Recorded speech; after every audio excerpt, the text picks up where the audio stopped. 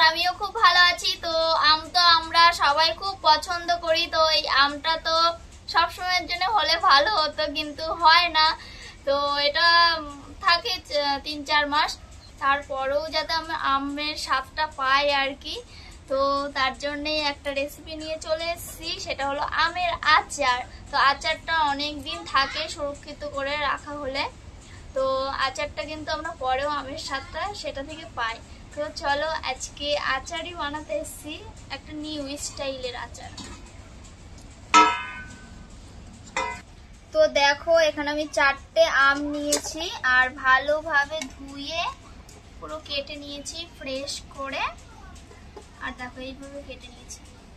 তো সবাই অনেকেই খায় পিস পিস করে, এটা মানে পিস পিস করে কেটে তারপরে আচার করে, কিন্তু আজকের আচারটা একদম অন্যরকম, আমি করব কুচিয়ে। তো এইখানে দেখো ফাইবার নিয়েছি, ওই ফাইবারটা দিয়ে কুচিয়ে তারপরে এটাকে আবার রোদে শুকানো হবে, তারপরে এই আচারটা হবে। তো পুরো ভিডিওটা দেখতে থাকো ঝটপট। তো ঝটপট করে আমরা কুচিয়ে নিই আমটাকে ফাইবার দিয়ে।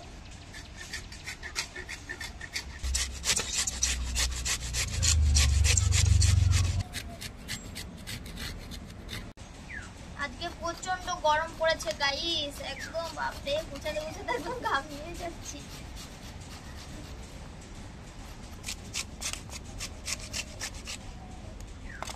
এগুলো এরকম হয়ে গেছে আঠি আঠি, অনেকটা আঠি শক্ত হয়ে গেছে, তো এগুলো দেওয়া যাবে না, ফেলে দিতে হবে। আর দেখো সব আমার কুচানো কমপ্লিট, পুরো এক থালা হয়েছে।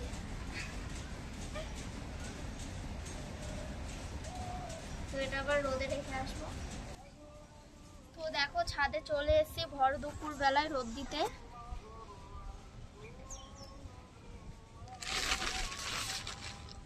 আর একটা বস্তা নিয়েছি, ছড়িয়ে দিলে তাড়াতাড়ি শুকিয়ে যাবে।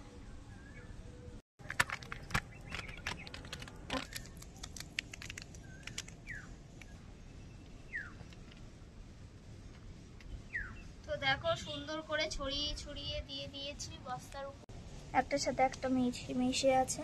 তো এগুলো একটু ছাড়িয়ে ছাড়িয়ে ভালোভাবে এরকম ছাড়িয়ে ছাড়িয়ে রোদ দিতে হবে, তাহলে তাড়াতাড়ি শুকিয়ে যাবে, ঝরঝরে হবে।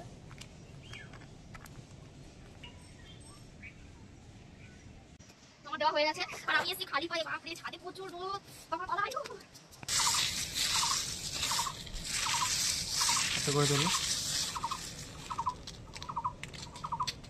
বন্ধুরা। তো দেখো এই আমগুলো আমি ফাইবার দিয়ে কুচিয়ে তারপরে শুকাতে দিয়েছিলাম, তোমরা তো দেখেছো। আর আজকে দেখো অনেকটা শুকিয়ে গেছে, পুরো 5-6 দিন রোদ দিয়েছি টানা রোদের মধ্যে, আর আজকে অনেকটা শুকিয়ে গেছে। তো আর লাগবে না শুকানো। তো এইগুলো নিয়ে যাব, নিয়ে গিয়ে আচারটা কিভাবে তৈরি করছি কোন পদ্ধতিতে তোমাদের সবটাই শেয়ার করব। চলো এইগুলো নিয়ে যাই রান্নাঘরে। বন্ধুরা তো চলে আসলাম রান্নাঘরে, আর আমার আমের পরিমাণ মতো আমি মশলা করে নিয়েছি। এইখানে দেখো এখানে আছে লঙ্কা, সর্ষে, জিরে, মেথি আর হচ্ছে মৌরি। তো আমার আমের অনুযায়ী আমি মশলাটা শুকনো কড়াইয়ে একদম ফেলে নিয়েছি ভালো করে, আর এটা গুঁড়ো করে নেব। তো আমি পাটায় গুঁড়ো করবো না, যাদের বাড়িতে মিক্সার নেই তারা পাটাও গুঁড়ো করতে পারো, আমি মিক্সারে করে নেবো।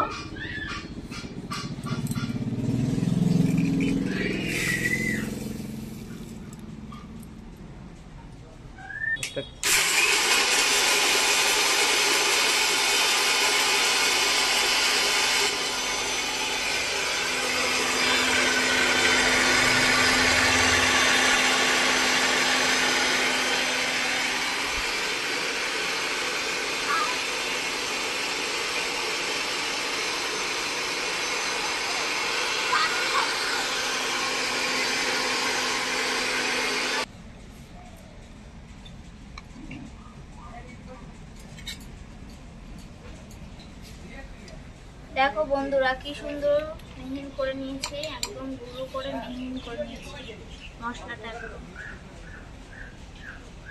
আর এখানে একটা বাটিতে গরম তেল নিয়ে নিয়েছি, এই গরম তেলের মধ্যেই সব মশলাটা যাবে। দেখতে থাকো, দেখলেই শিখে যাবে। পরিমাণ মতন লবণ দিয়ে নেব, আর পরিমাণ মতন হলুদ দিয়ে দেব। এখন এই আম শুকনো গুলো যেগুলো রোদে শুকিয়েছিলাম, তো সেইগুলো এই তেলের মধ্যে দিয়ে দেবো।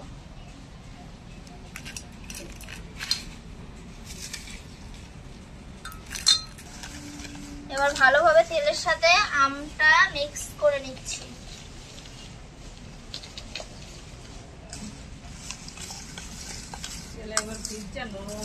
এবার যে মশলাটা করেছিলাম গুঁড়ো মশলাটা, ওটা সবটুকুনি দিয়ে দেবো।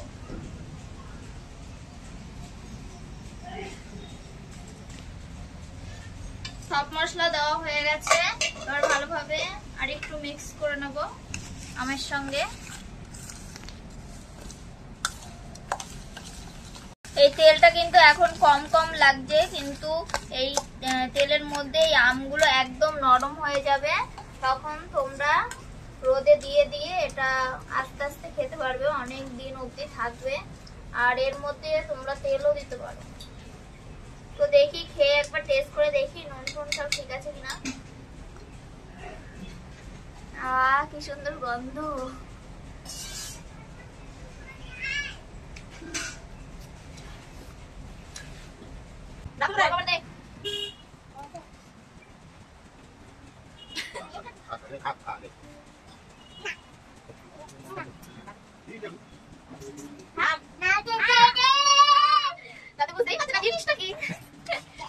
তো সব রেডি, এখন এই বরমে ভরে রেখে দেবো।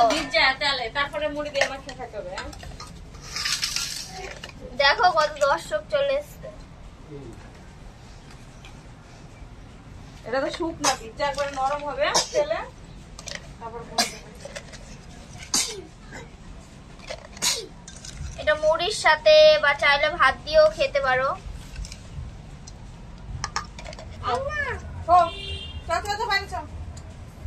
আম তো আমরা বেশি দিন পাবো না, হয়তো জোর গেলে 2 মাস।